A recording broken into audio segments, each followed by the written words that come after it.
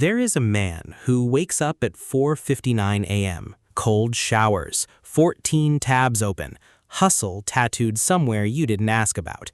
He works 90 hours a week, and he is still broke. Meanwhile, this guy works 4 hours a day and just bought the building the first guy rents his grind office in.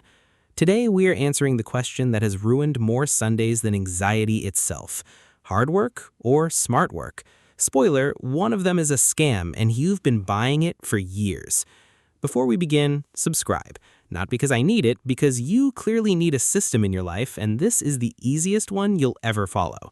Also, like the video. It's free, unlike the 17-step morning routine course you bought at 1 a.m. and never opened. Drop a comment telling me whether you're team hustle or team naps. We'll circle back to roast you either way. Welcome.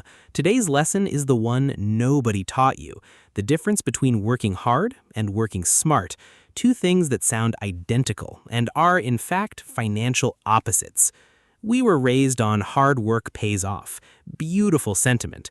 Also, statistically, a bit of a lie. Because the truth is, hard work pays off only when it's aimed correctly. Otherwise, you're just an extremely tired person digging in the wrong direction with tremendous enthusiasm. That's most of you right now. Magnificent effort, wrong coordinates. Here's exactly what you'll walk away with today. Why busy is not a personality, it's a symptom. The 4 levers of smart work, and why rich people quietly pull the same ones you're ignoring. The traps that make you feel productive while your bank account files a missing person report. A 7-day challenge that requires 0 hustle culture nonsense and no cold showers. And by the end, one of 2 things happens. You change how you work forever, or you close this tab and go answer emails at 11 p.m. like it's a personality trait. Either way, I already got my watch time. Quick pause.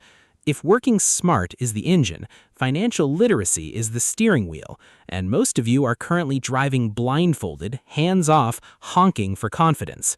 I put together the exact beginner roadmap: budgeting, saving, debt, investing, in one ebook, Financial Literacy for Beginners. Links in the description. It's cheap, cheaper than the coffee that's currently funding your landlord's vacation. Go get it, then come back so we can talk about why you're still exhausted and broke, which statistically should be illegal. Here's the problem, and I want you to actually sit with it instead of scrolling past it like you scroll past your bank balance. Most people are not underachieving because they're lazy. They're underachieving because they've confused motion with progress. You can run on a treadmill for 6 hours. Impressive cardio. You will still be exactly where you started. This is called the busyness trap, and it feels productive, which is the cruelest part. Your brain rewards you with dopamine for checking boxes, even boxes that don't move you anywhere. Congratulations, you've optimized for the feeling of winning instead of the outcome of winning. Let's look at the actual data, because feelings lie and spreadsheets don't.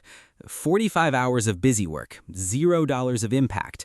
2 hours setting up a system, and it just keeps paying you. While you sleep, while you're on vacation, while you're arguing with a stranger online about pineapple on pizza. This is the part that should make you a little uncomfortable. The busiest person in the room is often the least strategic person in the room. Busy is a costume. It looks like commitment. It's usually just poor prioritization wearing a blazer. And here's problem number 2, the comparison trap. You see someone grinding 16 hours on social media and think that's the blueprint. Nobody's posting the smart guy who worked 4 focused hours and spent the rest of the day fishing. Fishing doesn't perform well on camera. Struggle does. All right, here's the actual idea, the whole spine of this video. Rich people don't work harder. They work on things that multiply. That's it. That's the secret nobody's grandmother mentioned between chores. Leverage means using something other than your own 2 hands to create value: money, people, technology, or code.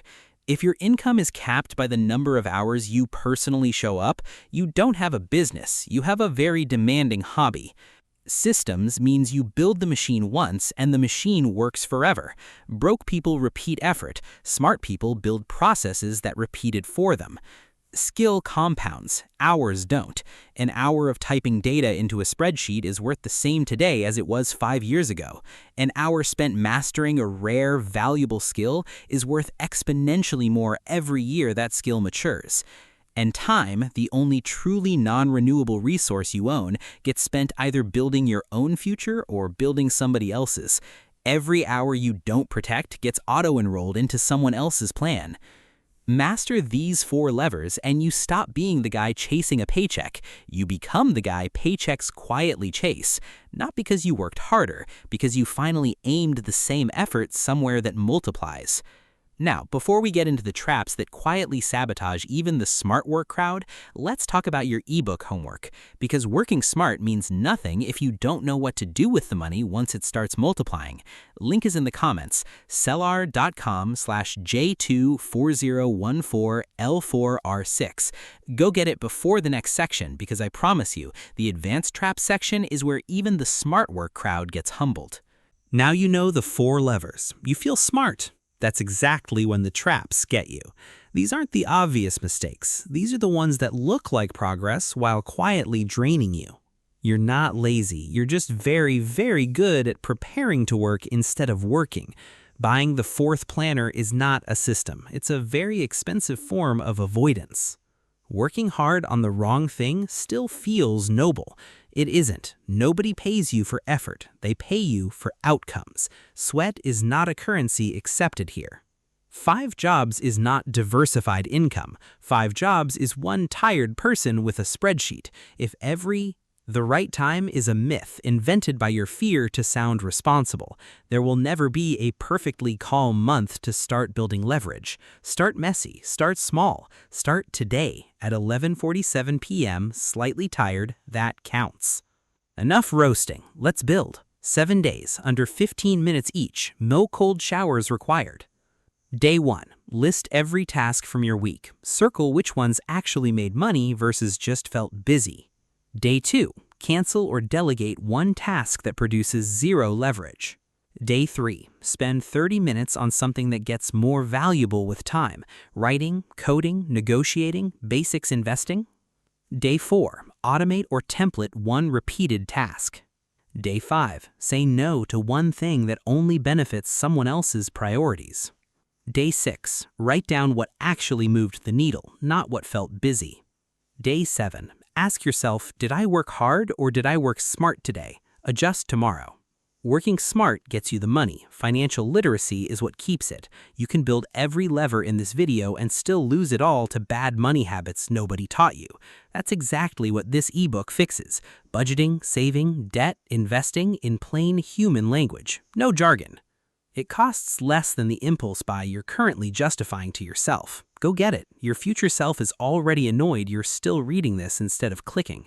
Here's the truth without the jokes. Hard work isn't wrong, it's just incomplete. The people who made it aren't lazier than you. They just stopped confusing motion with direction. They aimed the same sweat you're already reducing at something that multiplies. You don't need 90-hour weeks. You need 4 focused hours pointed at leverage, systems, skill, and protected time. That's the whole approach. It was never about trying harder. It was about finally trying correctly. Like this if you just got personally called out. Subscribe if you're ready to stop confusing busy with rich. And grab that ebook, links below, because working smart without financial literacy is just working hard with extra steps. The best time to work smart was 10 years ago. The second best time is right after you download the ebook.